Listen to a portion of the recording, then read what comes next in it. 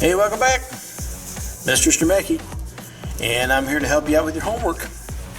This is the homework that has to do with the Newton's laws, right? This is module, and this, by the way, I cannot take credit for this. This worksheet I found it online. It's really good. I think it goes over Newton's laws really well, so it's worthwhile doing. And so I forgot to write down which module this was for. So this is module 13-2 worksheet. Okay, you might want to add that to yours.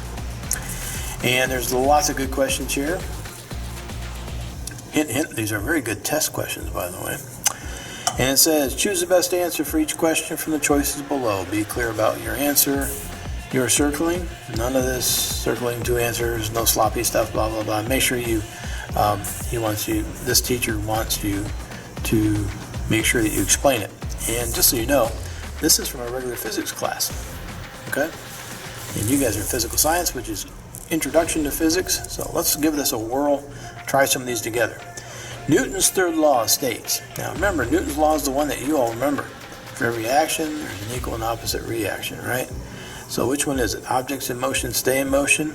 No, that's Newton's first right there.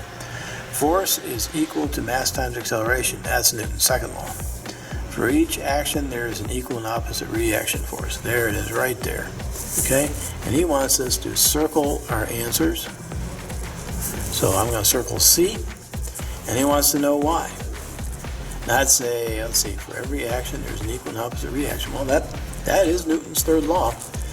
But in other words, I could say Newton's third law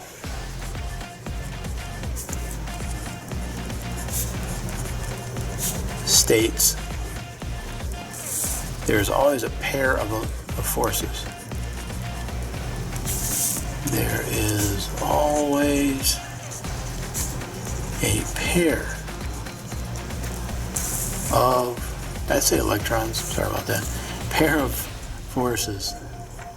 Been a long day, what can I say? Yeah, the pair of forces, and that pair of forces is the action force and the reaction force, right? All right, so that's all you got to do is go through these, answer each one. Like number 2, an archer shoots an arrow. The action force is the bowstring against the arrow, right? So the bowstring is pushing the arrow forward. So what's the reaction force? Well, remember, whatever's touching, whatever the two things that are pushing against each other, that's going to be your action and reaction. And he said that the action force, or she said the action force is the bowstring against the arrow.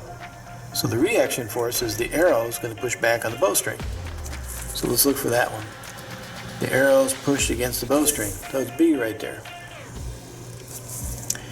And then you could probably just explain that right there. Say why.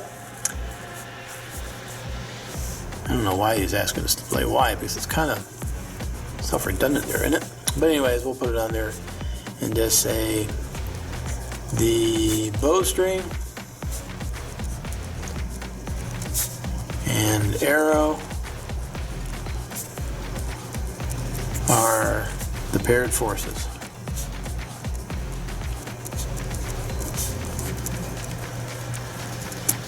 Okay? That'd be good enough for me. Okay, and you just keep on going through these and answer these questions real good. If you flip it over, and we got some pictures. I like picture questions. Alright, so action-reaction pairs. In the examples below, the action-reaction pair is shown by the arrows, the vectors, and the reaction force described in words. In A through G, draw the other arrow, the vector, and state the reaction to the given action force. Then make up your own example in H. Well, that's cool. So for the example, they show somebody, I suppose it looks like someone's fist hitting the wall. Yep, fist hits wall. So the action force, I'll put on there, I'll put F and A for action force. So the action force is the hand hitting the wall, and then this arrow is what we're supposed to do. We're supposed to draw the arrow going back, and this is the, I'll put a little R for a reaction force going that way. So let's try this. Head bump the ball. There's an arrow right there. the person's head hitting the ball. So that is the first action force right there. So I'll put FA. Can you see that F right there? Kind of blended in with the ball there. FA. So there's the action force. And of course the ball is going to fight back and push back against this person's head. So this is going to be your force, and I'll put a little R for reaction force. How's that? Pretty easy? Let's try out a couple of these things here. Here's our little weightlifter down here, an F. So athlete pushes the bar upward. So that's the action force. What's the reaction force? The bar is pushing off from this person's hands. So this is the F reaction force. So we're going to say, I forgot to fill these out. Hands up toward weight. And then you got the reaction force is the weight. Push down on hands.